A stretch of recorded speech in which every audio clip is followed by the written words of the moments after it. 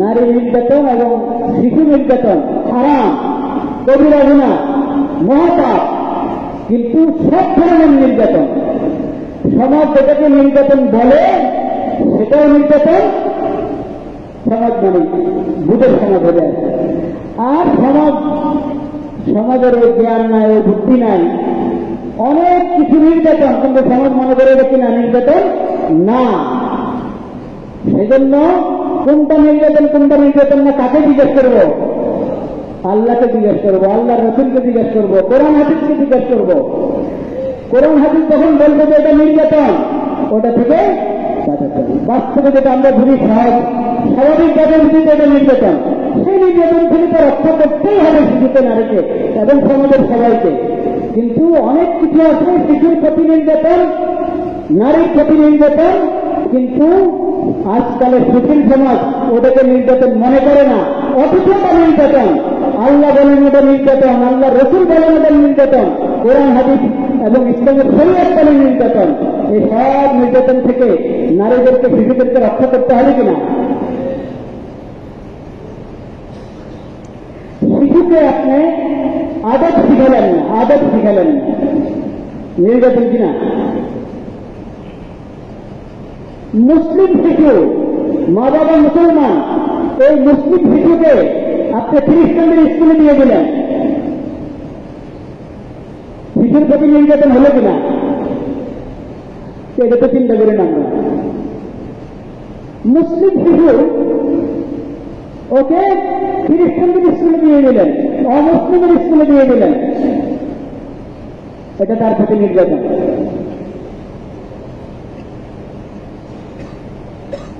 মা বাবা মুসলমান, মুসলিম শিশু, এই মুসলিম শিশুকে কোরআন শিখানো হলো না, নামাজ শিখানো হলো না, আদব শিখানো হলো না, আল্লাহর বন্দেগী কিভাবে করবে এটা শেখানো হলো না, তাকে শুধু জাগতিক শিক্ষা লাগিয়ে দেওয়া হলো না। স্কুলে দেওয়ার আগে দিলেন, মুসলমানদের স্কুলে দিয়েছেন, কিন্তু স্কুলে দেওয়ার আগে কোরআন শিখালেন না, কালিমা শিখালেন না, নামাজ শিখালেন না।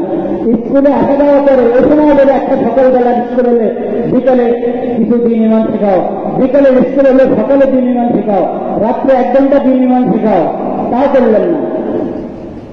আল্লাহর কোরআনটা সে ৬ তেলাওয়াত শিখে নেয় শিশুর প্রতি এটা নির্যাতন কিনা? নির্যাতন।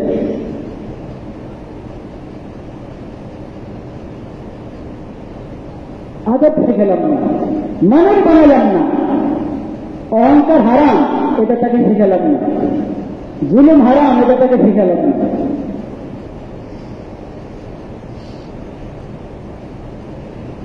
শিরিক সবচেয়ে বড় কবিরা গুনাহ, এটা শিখালাম না তাকে।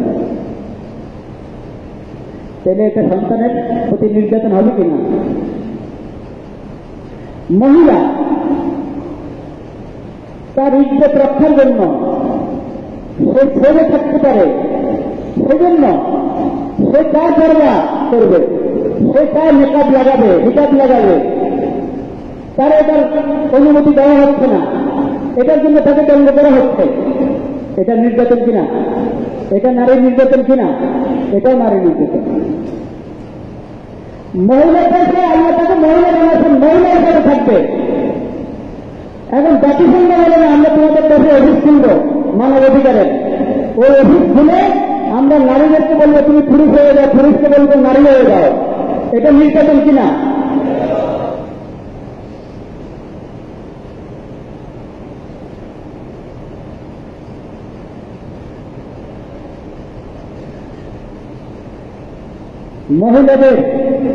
মহিলাদের ছবি ব্যবহার করবেন পণ্যের বিজ্ঞাপনের জন্য। এর চেয়ে বড় অসম্মান হতে পারে বলেন? মহিলার ছবি ব্যবহার করছে তুমি বিজ্ঞাপন, পণ্যের বিজ্ঞাপনের জন্য। ইন্না লিল্লাহি ওয়া ইন্না ইলাইহি রাজিউন। তোমার এই পণ্য কোটি টাকার। আর এই আমাদের মা বোন, তাদেরকে আল্লাহর সৃষ্টি আল্লাহ বানিয়েছেন, তাদেরকে এত অসম্মান করছো, এত সস্তা মনে করছো, এত হালকা মনে করছো, কিছু টাকা দিব তাদের ছবি ব্যবহার করবে বিজ্ঞাপনের জন্য। কি সমাজ? কি সুশীল সমাজ? সমাজ কারো তো কোনো প্রশ্ন নেই। আমরা সবাই প্রতিবাদ করছি যে আমাদের মা বোনদের ছবি বিজ্ঞাপন হিসেবে যাতে ব্যবহার না হয়। কোথাও না কোনো পত্রিকায়, না রাস্তাঘাটে, কোথাও না। এত সস্তা মহিলারা।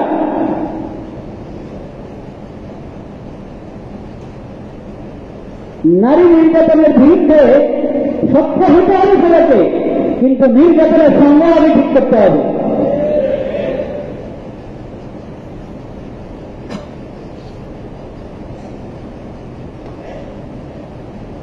ভাইরা আমার, যেখানে আমরা জানবো শুনবো যে কোনো শিশু, কোনো নারী নির্যাতিত হচ্ছে, সেখানে আমরা জরুরি ব্যবস্থা গ্রহণ করব। আমি না পারি, যে পারবে তার সহযোগিতা নিয়ে এটার ব্যবস্থা করবো। কোনো যে কোনো আপনি ঘর থেকে শুরু করেন, কোনো পরিবারে, কোনো পরিবার, চাই মুসলিম পরিবার, চাই অমুসলিম পরিবার, কোনো পরিবারে দেখবেন মেয়ে কি তার কোনো না কোনো দিক থেকে তার উপরে নির্যাতন হচ্ছে, তার যথাযথ সম্মান সে পাচ্ছে না, যথাযথ অধিকার পাচ্ছে না, তাকে গুরুত্ব দেওয়া হচ্ছে না, সে অবহেলিত। আপনি নসিহতের মাধ্যমে, উপদেশের মাধ্যমে তাদেরকে বুঝান। এইটুকু যদি কাজ না হয়, আরেকজনকে আপনার বড় কাউকে যদি বুঝান, তাও তো কাজ না হয়, তাহলে যে একটু তার উপরে কথা চলে, অধিকার চলে, তাদেরকে দিয়ে বুঝান। কিন্তু এই শব্দখালি ব্যবহার করবো। আমি এক নারীবাদীর ঘটনা শুনিয়ে শেষ করতে আসছে। আজকে অনেক কথা বলার ছিল, কিন্তু আসতে দেরি হয়ে গেলে সময় এখন আমাদের খুতবা চিহ্নের সময় হয়ে গেছে, খুতবার সময় হয়ে গেছে। সেজন্য আজকে কথা লম্বা করবো না। আল্লাহ তাআলা যদি হায়াতে রাখেন, তৌফিক দান করেন, আগামী সপ্তাহ বাকি কথা হবে। কিন্তু আজকে শুধু একটা কথা শুনেছি, একটা কথা শুনিয়ে আমি শেষ করে দিচ্ছি। নারীবাদীরা সবসময় সমান অধিকারের কথা বলে কিনা? আচ্ছা, ইসলাম কি বলে? ন্যায্য অধিকার। ইসলাম বলে কি? যেখানে মহিলাদের অধিকার বেশি, নারীর অধিকার বেশি, তুমি সমান বলে নারীর অধিকার কমানোর ক্ষমতাকে দিতে আল্লাহ তোমাকে। কত ক্ষেত্র আছে আল্লাহ তাআলা মহিলাদেরকে হক দিচ্ছেন কি বেশি, তুমি বলে সমান অধিকার। ইসলামের ভাষা হল ন্যায্য অধিকার। কি ন্যায্য অধিকার?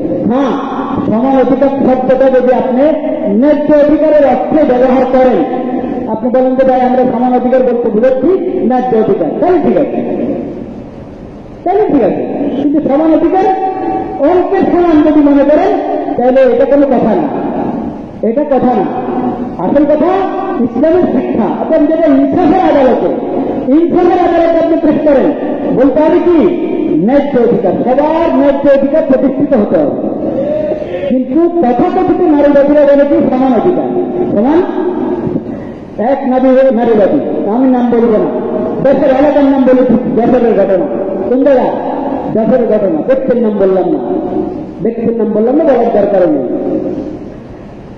ও বাপ যখন ইন্তেকাল করলে তারা কয়েক ভাই অন্য ভাইরা বলতেছে যে আমরা আমাদের বোনদের হিস্সা, প্রত্যেকের হিস্সা তার যতটুকু পাওয়া সব দিয়ে দেওয়া দরকার, আমরা বেশি হিসাব কিতাব করে বোনদের হিস্সা দিয়ে দিই, শরীয়ত মতো বোনদের হিস্সা দিয়ে দিই।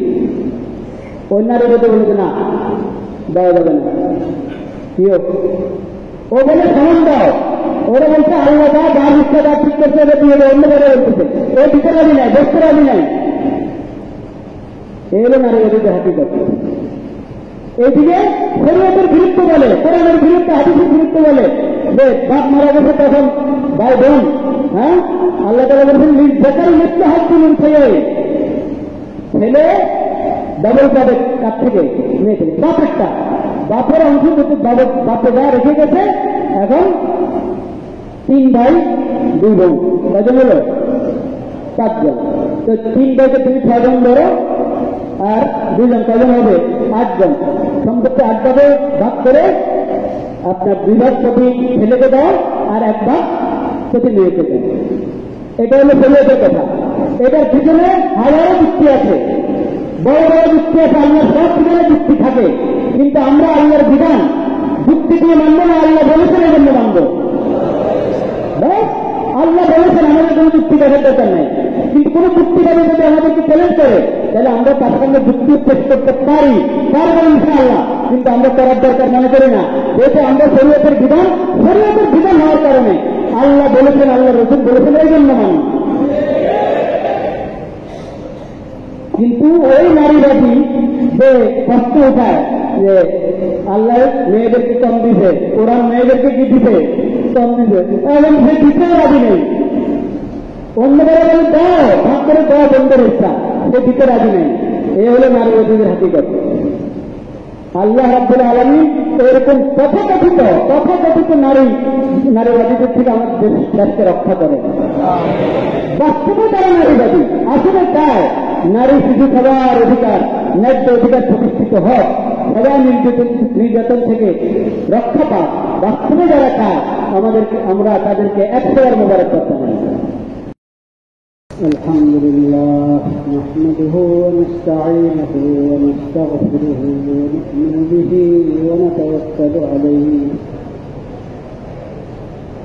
ونعوذ بالله من شرور أنفسنا ومن سيئات أعمالنا من يهده الله فلا مضل له ومن يضلل فلا هادي له وأشهد أن لا إله إلا الله وحده لا شريك له وأشهد أن محمدا عبده ورسوله اللهم صل على سيدنا مولانا محمد النبي الأمي وعلى آله وصحبه وسلم تسليما اللهم اجعل صلواتك ورحمتك وبركاتك على سيد المرسلين وإمام المتقين وخاتم النبيين محمد عبدك ورسولك إمام الخير وقائد الخير ورسول الرحمة اللهم ابعثه مقاما محمودا يغبطه به الأولون والآخرون أعوذ بالله من الشيطان الرجيم وتعاونوا على البر والتقوى ولا تعاونوا على الإثم والعدوان صدق الله مولانا العظيم وصدق رسوله النبي الكريم ونحن على ذلك من الشاهدين والشاكرين والحمد لله رب العالمين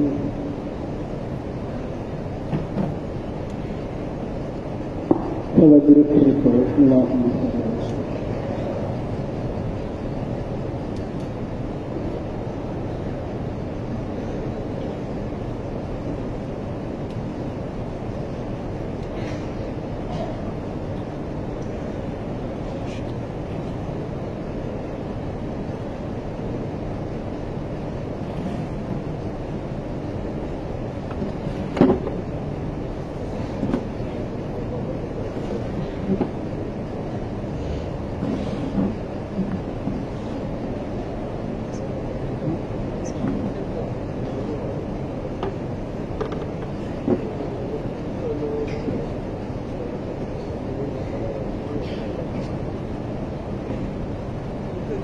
لا إله إلا الله لا إله إلا الله بهرام আজকে আপনাদের খেদমতে পৌঁছতে আমার দেরি হয়ে গেল। দোয়া চাই সামনে যাতে এরকম দেরি না হয়, ঠিক সময় পৌঁছতে পারে।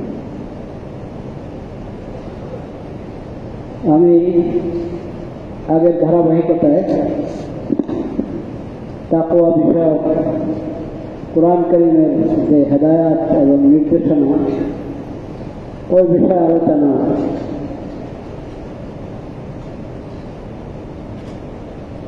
আমরা আলোচনা করছিলাম। আজকেও সূরাতুল মায়েদা থেকে একটি আয়াতের অংশ আমি পড়েছি। সূরাতুল মায়েদা 5 নম্বর সূরা, সূরাতুল মায়েদার 2 নম্বর আয়াত। সূরাতুল মায়েদার কত নম্বর আয়াত? 2 নম্বর আয়াতের একটু অংশ।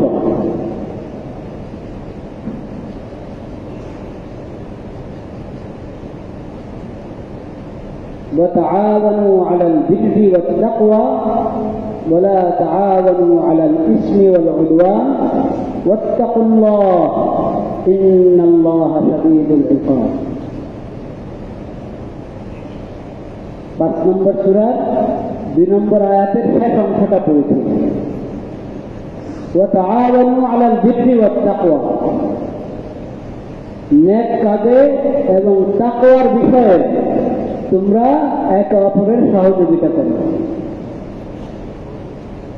নেক কাজে এবং তাকওয়া বিষয়, যেখানে তাকওয়া আছে, তাকওয়ার কাজ, তাকওয়ার কথা, তাকওয়ার কোন পদক্ষেপ, নেক কাজে এবং তাকওয়ার কাজে। তাকওয়ার কাজ তো নেক কাজ হবেই।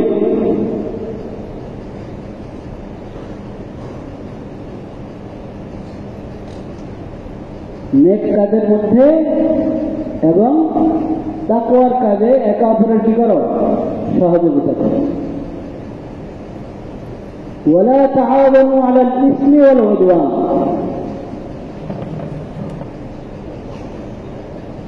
গুনার কাজে এবং অন্যায়, অবিচার, জুলুম এসব ক্ষেত্রে একে অপরের সহযোগিতা করবে না, কেউ কাউকে সাহায্য করবে না। ওয়াত্তাকুল্লাহ, আল্লাহকে ভয় করো, আল্লাহকে ভয় করো। ইন্নাল্লাহা শাদীদুল ইকাব, আল্লাহর শাস্তি অনেক কঠিন। আল্লাহ যখন ধরবেন, আল্লাহর ধরা বড় শক্ত ধরা, আল্লাহর শাস্তি বড় কঠিন। আল্লাহকে ভয় করো, আল্লাহকে ভয় করো। কাজেই আল্লাহ তোমাদের সব কিছু দেখেন, সব জানেন। এজন্য কে কোথায় কোন অন্যায় অবিচারের মধ্যে কারো সাহায্য করছে আল্লাহ খুব জানেন, আল্লাহ দেখেন। যাতে সে লুকাতে চায় নিজেকে, মানুষের আড়াল হতে পারবে কিন্তু আল্লাহর আড়াল হতে পারবে না। তুমি এটা ভাবতে না যে দুনিয়াতে তোমাকে ধরার দেওয়া আছে কিনা, তোমাকে কেউ দেখছে কিনা, কেউ দেখে না, কেউ জানে না। তবে আমি কোন একটা পাপের কাজ, কোন জুলুম অন্যায় করে ফেলবে না, আউযুবিল্লাহ। আল্লাহ তো দেখছেন, আল্লাহ তো। তাকওয়ার মধ্যে সবচেয়ে বড় কথাটা হলো এটা যে আর কান আবেদক কে দেখছেন? আল্লাহ দেখছেন। তাহলে আমাকে আল্লাহ দেখছেন এই অনুভূতি আমার মধ্যে সবসময়, যাতে আরে ভাই কেন কেন কি করছেন, ছবি তুলছেন নাকি কি করেন, রাখেন না এটা, এটা ছবি তুলছে না নাকি, এটা আলো জ্বলছে, হ্যাঁ ভিডিও করছে নাকি, ওখান থেকে আওয়াজ যায় না, শোনা যায় না ওখানে কোন কথা? মসজিদের ওই কর্নারে কি আমার আওয়াজ যাচ্ছে না যাচ্ছে না? আপনার কথা বলেন, ওই কোন কি আওয়াজ যাচ্ছে? তা আমি তো ক্ষমা চাচ্ছি, শুরু থেকে ক্ষমা পেয়ে আসছি যে আল্লাহর রাস্তায় মসজিদের মধ্যে ক্যামেরা নিয়ে ঢুকবেন না। আর আপনার মোবাইলে যদি ক্যামেরা থাকে, মোবাইল পকেটে রেখে দেন, মোবাইল হাতে নেবেন না, ছবি তুলবেন না, ভিডিও করবেন না। আপনি বলতে পারবেন আপনি তো সোশ্যাল মিডিয়ায় আপনার ছবি দেখি, সোশ্যাল মিডিয়ায় যদি আমার ছবি দেখেন তো এটা আমার পছন্দ, আমার আগ্রহ উঠানো হয়। কোথাও তো আমি জানি না কে কিভাবে উঠাচ্ছে, আর যদি আমি জানি যে কে উঠাচ্ছে তখন আমি নিষেধ করি, আমি নিষেধ করি। আমার আগ্রহে, আমার পছন্দ মতে কেউ আমার ছবি তুলে ভিডিও করে, এটা হতে পারে না। আমি অনুরোধ করছি, ক্ষমা চাচ্ছি যে আমরা মসজিদের ভিতরে পক্ষে এই মসজিদের সম্মান রক্ষা করি, জুমার সম্মান রক্ষা করি। কি ফায়দা হবে ভিডিও করে ছবি তুলে? যদি আপনি কথাটা সংরক্ষণ করতে চান, যে দিনের কথা হচ্ছে, কোরআন সুন্নাহর আলোকে কথা হচ্ছে, ওটা সংরক্ষিত করতে চান, তো আপনি আওয়াজ রেকর্ড করতে পারেন, অডিও করতে পারেন, ভিডিও একটু দরকার নেই। আর ছবি তোলা, এটা একবারই ধরে যাবে। একটা ছবি আপনি ধরে রাখবেন মোবাইল, কি ফায়দা এটা?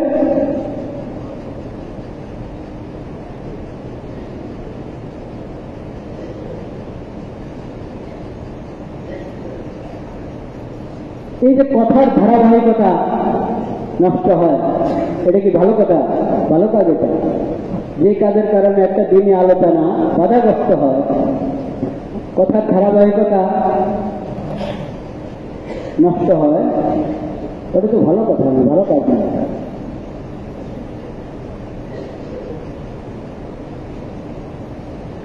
তাকওয়ার মধ্যে বড় কথা হলো, কে আমাকে দেখছে না দেখছে, কেউ আমাকে ধরবে, পাকড়াও করবে, কারো কাছে আমার জবাব দিতে হবে,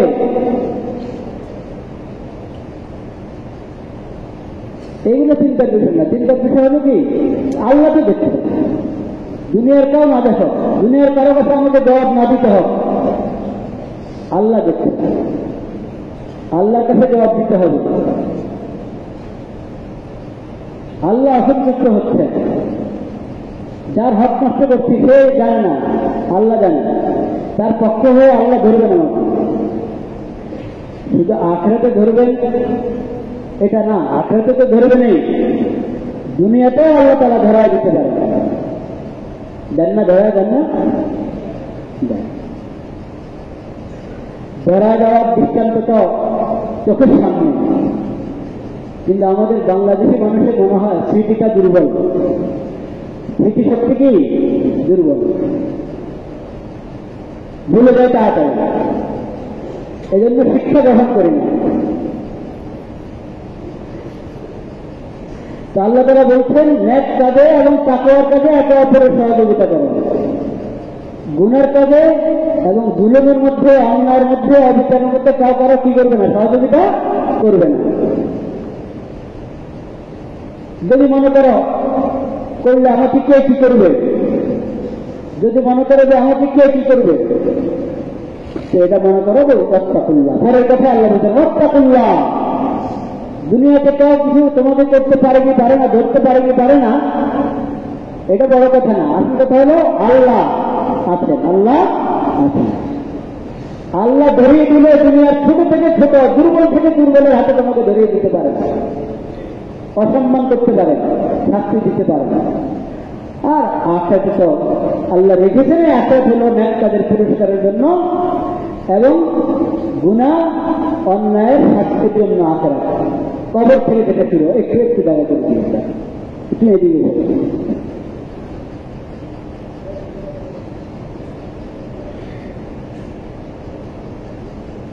ওয়াত্তাকুল্লাহ ইন্নাল্লাহা শাদীদুল ইকাব।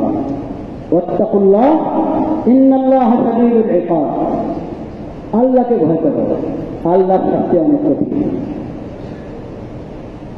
আল্লাহর শাস্তি অনেক কঠিন। আল্লাহু ইউমহিলু ওয়ালা ইউহমিলু। আল্লাহর কাছে আল্লাহ ছাড় দেন কিন্তু ছাড়েন না।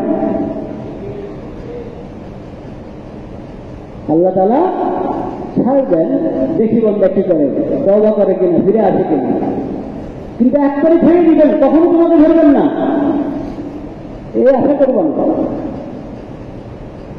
যখন ধরবেন ধরার মতো ধরবেন। ইন্না বাতশা রাব্বিকা লাশাদীদ। তোমার রবের তাকওয়া, তোমার রবের ধরা খুব শক্ত ধরা, খুব শক্ত ধরা। এই যে তাকওয়ার নীতিতে যদি আমরা চলি, গুনার কাজে অন্যায়ের কাজে কেউ কারো সহযোগিতা করবে না, নীতিটা দেখেন আল্লাহ। আর নেক কাজে, তাকওয়ার কাজে সবাই সবাই সহযোগিতা করবে। আমরা দেশে যদি শান্তি চাই, নিরাপত্তা চাই, তো এই নীতির বাইরে পাওয়া যাবে? পাওয়া যাবে না। এই নীতির বাইরে পাওয়া যাবে না। নেক কাজের জন্য কোন হিন্দু ব্যক্তির আওয়াজে একটা নেক কাজ করবে, মুসলিম তার সহযোগিতা করবে। মুসলিম তার আপত্তি আছে নাকি হিন্দু লোক তার সাথে আমি তার কাজে সহযোগিতা করবো না? নবী করিম সাল্লাল্লাহু আলাইহি ওয়াসাল্লাম বলেছেন, মুসলিম শরীফের হাদিসে আছে, ইসলাম পূর্ব জমানায় কাফের মুশরিক হয়, কিন্তু তারা একটা চুক্তি করেছিল, মক্কা মুকাররমা বাইরের লোকেরা এসে নির্যাতিত হয়েছে, এটা দেখে তাদের অন্তরে রেখাপাত করেছে এই ঘটনা, যে এখানে এসে আল্লাহর ঘরের কাছে এসে মানুষ নির্যাতিত হবে, এটা কেমন কথা। তারা মক্কার বড় বড় ব্যক্তিরা একসাথে হয়ে একটা চুক্তি করেছে, কোথাও যদি আমরা শুনি কোনো ব্যক্তি মুসলিম হচ্ছে, নির্যাতিত হচ্ছে, তাহলে দলের থেকে তার হক উদ্ধার করে দেওয়া পর্যন্ত আমরা ক্ষান্ত হব না, থামব না।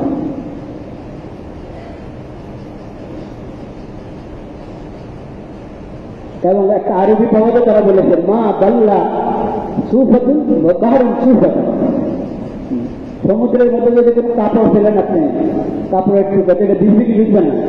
না, নাভিতে উঠে আছে, উপায় না। পানি কোন কাপড়ের টুকরা বিশেষ যতদিন ভিজায় ততদিন আমাদের এই চুক্তি। আমরা কোন মজলুমকে মজলুম হতে দিব না। আমরা জানতে পেরেছি যে কেউ মজলুম হচ্ছে, ওই জালেম থেকে তার হাত উদ্ধার করে দেওয়া পর্যন্ত, জালেমকে শাস্তি দেওয়া পর্যন্ত আমরা থামব না। এরকম চুক্তি কাফের মুশরিকরা করেছিল। নবী করিম সাল্লাল্লাহু আলাইহি ওয়াসাল্লাম ওটাতে শরীক ছিলেন, ইসলাম পূর্বের কথা, তখনও তিনি আল্লাহ তাআলার নবী হিসেবে ঘোষিত হন না, এর আগের কথা। এরপরে নবী করিম সাল্লাল্লাহু আলাইহি ওয়াসাল্লাম নবুয়ত প্রাপ্তির পরে তার ইসলাম, তার শরীয়ত সুন্নতের বরকতে সব থেকে ইনসাফ আর ইনসাফ, ন্যায় আর ন্যায়, শান্তি আর শান্তি, কোন অশান্তির কিছু নাই, কেউ কোথাও নির্যাতিত হচ্ছে না। ওই সময় নবী করিম সাল্লাল্লাহু আলাইহি ওয়াসাল্লাম বলেছেন, আজও যদি আমাকে কেউ এই ধরনের চুক্তি সন্ধির জন্য ডাকে, আমি হাজির।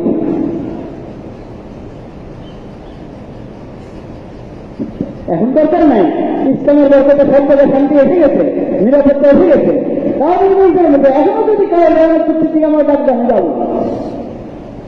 তাহলে ইনসাফ প্রতিষ্ঠার জন্য কেউ ন্যায় বিচার পাবে, জুলুম থেকে তাকে রক্ষা করার জন্য যদি কোনো অমুসলিমও দাঁড়ায়, মুসলমান তার সঙ্গ দিবে। এটা হল শরীয়তের বিধান। আর কারো উপরে জুলুম হচ্ছে, অন্যায় অবিচার হচ্ছে, পাপের কাজ, এটার দিকে কেউ ডাক দিচ্ছে, মুসলমান কখনো সঙ্গ দিবে না, সারা দিবে না। অমুসলিমদের কথা কেন, মুসলমানও যদি অন্যায় কাজে ডাক দেয়, জুলুমের দিকে ডাক দেয়, অন্য মুসলিমরা তার সহযোগিতা করবে না, বরং ওইখানে সহযোগিতা হলে ওই জালেমকে জুলুম থেকে রক্ষা করা, ওই জালেম থেকে জুলুম থেকে কি রক্ষা করা, এটা হলো তার সহযোগিতা। নবী করিম সাল্লাল্লাহু আলাইহি ওয়াসাল্লাম বলেছেন, উনসুর আখাকা যালিমান আও মাজলুমান, চমকে দেওয়ার মতো কথা। উনসুর আখাকা, তুমি তোমার ভাইয়ের সাহায্য করো, যালিমান আও মাজলুমান, সে যদি অত্যাচারী হয় তাও তার সাহায্য করো, আর অত্যাচারিত নির্যাতিত তাও তার কি করো, সাহায্য করো। অত্যাচার করছে তাও তার সাহায্য করো, অত্যাচারিত হচ্ছে, নির্যাতিত হচ্ছে, তাও তার সাহায্য করো। হ্যাঁ, সাহাবায়ে কেরাম জিজ্ঞেস করলেন, ইয়া রাসূলুল্লাহ, হাযাল মাজলুম ফামা বালুল জালিম, মজলুম যে নির্যাতিত হচ্ছে তার সাহায্য করতে হবে, এটাকে বুঝলাম, কিন্তু জালেমের সাহায্য করা এটাকে বুঝলাম না, ইয়া রাসূলুল্লাহ।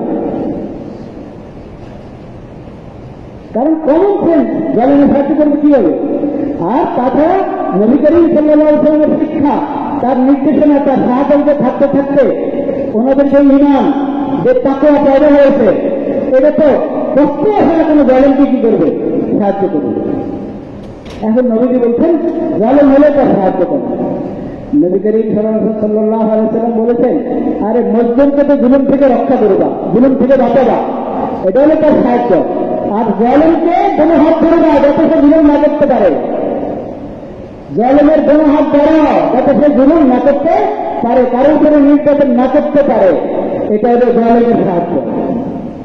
তাহলে জালেমকে জুলুম করতে দেওয়া তার সাহায্য, নাকি তাকে জুলুম থেকে বিরত রাখা তার সাহায্য? জুলুম থেকে বিরত রাখা তার সাহায্য। জুলুম তার উপরে হোক, যার উপরে জুলুম করা হবে সেখানে আমাকে জালেমকে জুলুম থেকে বিরত রাখতে হবে। নারীর উপরে জুলুম হচ্ছে, শিশুর উপরে জুলুম হচ্ছে, জুলুম হতে দিব না জালেমকে বাধা দিব? পুরুষের উপরে জুলুম হচ্ছে, জালেমকে বাধা দিতে হবে না? হ্যাঁ, না খালি নারী নির্যাতন, শিশু নির্যাতন ওটা বন্ধ হলে চলবে, পুরুষ নির্যাতন বন্ধ হতে হবে না? বন্ধ হতে হবে।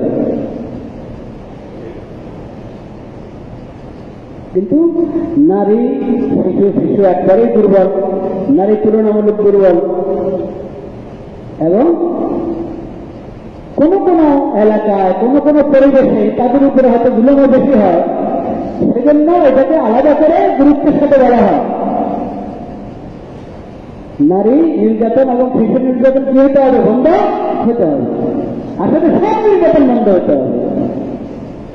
যুবকদের উপর নির্যাতন, বউদের উপরে নির্যাতন, পুরুষের উপরে নির্যাতন, মহিলার উপরে নির্যাতন, সব নির্যাতন বন্ধ হতে হবে। মুসলমানদের উপর নির্যাতন বন্ধ হতে হবে, হিন্দুদের উপর নির্যাতন বন্ধ হতে হবে। যত সংখ্যা লোক আছে সবার উপর কারোর উপর নির্যাতন করা যাবে? যাবে না। তাহলে কি সংখ্যা গরিষ্ঠ দ্বারা ওদের উপরে নির্যাতন করা যাবে? কারোর উপরে নির্যাতন করা যাবে? সংখ্যালঘুদের খুব বলি আমরা, সংখ্যালঘুদের অধিকার রক্ষা করতে হবে, বলা উচিত, 100 বার বলেন। তাদের অধিকার, তাদের যে প্রাপ্য, তাদের যে পাওনা, সেটা অবশ্যই প্রতিষ্ঠিত হতে হবে। মানুষ হিসেবে, আদম সন্তান হিসেবে, আল্লাহর মাখলুক হিসেবে, যত মুসলিম সবারই কি আছে? একটা অধিকার আছে। সেই অধিকার লঙ্ঘিত করা, সেই অধিকার ক্ষুণ্ণ করা, নষ্ট করার কারো জন্য কিনা বৈধ না। কিন্তু সংখ্যাগরিষ্ঠ হলে মনে হয় যেন তাদের উপরে কোনো নির্যাতনে হয় না, ওদের নির্যাতন মনে হয় যেন বৈধ, এমন একটা ভাব। বুঝতে পেরেছেন? সাইফুল ইসলাম আলী, সাইফুল ইসলাম আলী, আল্লাহ নেক বান্দা, মুসলিম, তাওহীদ ওয়ালা, লা ইলাহা ইল্লাল্লাহ ওয়ালা, ওকে কুপিয়ে জবা করে হত্যা করা হলো। এটা নির্যাতন না? নির্যাতন সংখ্যাগরিষ্ঠ, এটা নির্যাতন হবে কিভাবে?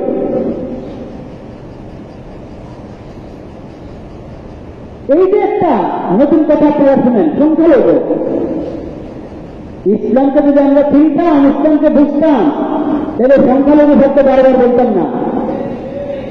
ইসলাম বলে সংখ্যালঘু না, একজন, শুধু একজন আছে হিন্দু, একজন খ্রিস্টান, তার অধিকার রক্ষা করার কথা শরীয়ত বলে কি বলে না? বলে। কোন এলাকায় মুসলমানদের হাতে ক্ষমতা, রাষ্ট্র কার হাতে? মুসলমানদের হাতে। কিন্তু মুসলমান 1 লাখ, হিন্দু, খ্রিস্টান, বৌদ্ধ 1 কোটি। বিশ্বাস হয় না আপনাদের? না? ইসলামের ইতিহাস জানি না তো আমরা। ইসলামের ইতিহাসে এরকম ঘটনা আছে যে যাদের হাতে ক্ষমতা, মুসলিম উম্মতের হাতে ক্ষমতা, তারা সংখ্যা কম, আর তদা মধ্যে বেশিরভাগ হলো অমুসলিম। বেশিরভাগ কি? অমুসলিম। তারা শান্তিতে ছিল কি ছিল না? নিরাপত্তা ছিল কি ছিল না? ইসলাম এ কথা বলে না যে সংখ্যালঘুদের অধিকার দাও, ইসলাম বলে প্রত্যেককে তার অধিকার দাও। শুধু সংখ্যালঘুর কথা কেন? যেই মুসলিম তার পক্ষে তুমি দাঁড়াও। জুলুম করলেওয়ালা তোমার বাবা, তোমার ভাই, তোমার দলের লোক, তোমার নেতা, তোমার নেত্রী, যে জুলুম করলেওয়ালা হয় তুমি জালেমের পক্ষে দাঁড়াবে না, কার পক্ষে দাঁড়াবে? মুসলিমের পক্ষে দাঁড়াবে। জালেমের কোনো হাত বান্ধা, হাত ধরে তার সবাই ধরে তার কোনো হাত ধরে রাখা। একবারে এই কথা আছে আদিত্য দিতে নবী করিম সাল্লাল্লাহু আলাইহি ওয়াসাল্লাম ঠিক এই কথা বলেছেন, কোনো হাত ধরে তার ধরে তাকে জুলুম যেন না করতে পারে, মুসলিম যাতে রক্ষা পায় সেই ব্যবস্থা নাও। তোমরা যদি এই ব্যবস্থা না নাও আল্লাহ তোমাদেরকে শাস্তি দেবেন। জালেমকে যদি তোমরা জুলুম থেকে বিরত না রাখো, নির্যাতিত এবং অত্যাচারের পক্ষে যদি তুমি না দাঁড়াও, তাহলে আল্লাহ তোমাদেরকে শাস্তি দেবে। কোরআনেরও কথা, হাদিসেরও কথা। কিন্তু এটা আসবে কোথেকে? যদি কি থাকে? তাকওয়া থাকে। যদি কি থাকে? তাকওয়া থাকে।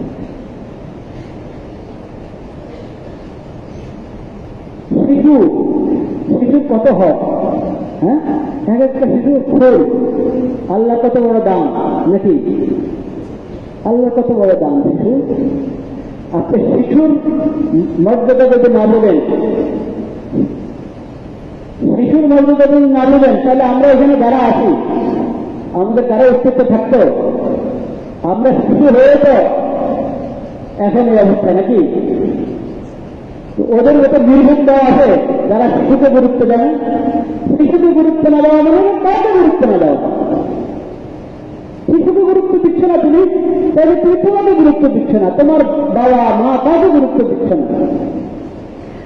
নারীকে যদি গুরুত্ব না দেওয়া হয়, নারীর মমতা মাতৃত্ব ছাড়া দুনিয়াতে কাও হয়েছে সকল নবী রাসূল মার গর্ভ থেকে এসেছেন নাকি? সকল অলি বুজুর্গ কার গর্ভ থেকে? ঈসা আলাইহিস সালামের বাপ নাই, আল্লাহ নিজ কুদরতে বাপ ছাড়া তাকে সৃষ্টি করেছেন, কিন্তু কার মাধ্যমে? মার মাধ্যমে, মারিয়ামের মাধ্যমে। শুধু আদম আলাইহিস সালাম বাপ ছাড়া মা ছাড়া আল্লাহর কুদরতে আল্লাহ তাআলা সৃষ্টি করেছেন। কারণ শুরুতে হতে হবে তো, আল্লাহ শুরু নিজের কুদরতে নিজের রহমতে আদম আলাইহিস সালামকে মা ছাড়া বাপ ছাড়া সৃষ্টি করে দিয়েছেন। এরপরে আদম আলাইহিস সালাম থেকেই তার স্ত্রীকে কি সৃষ্টি করেছেন। এরপরে শুরু হল বাসসা মিনহুমা রিজালান কাসীরান ওয়া নিসাআ।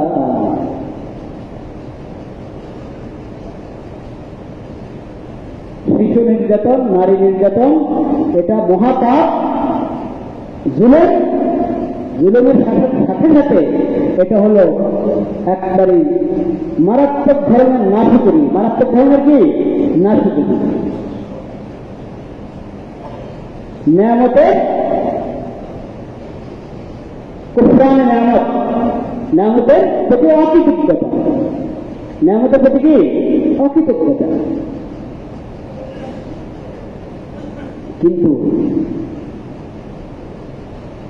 কিন্তু নির্যাতন কাকে বলে?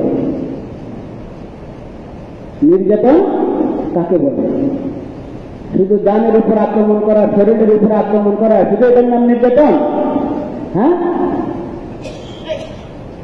কাউকে মেরে ফেলা শুধু এটাই নির্যাতন? কাউকে কষ্ট দেওয়া শুধু এটাই নির্যাতন? আল্লাহ তাআলা আমাদের সবাইকে কবুল করেন।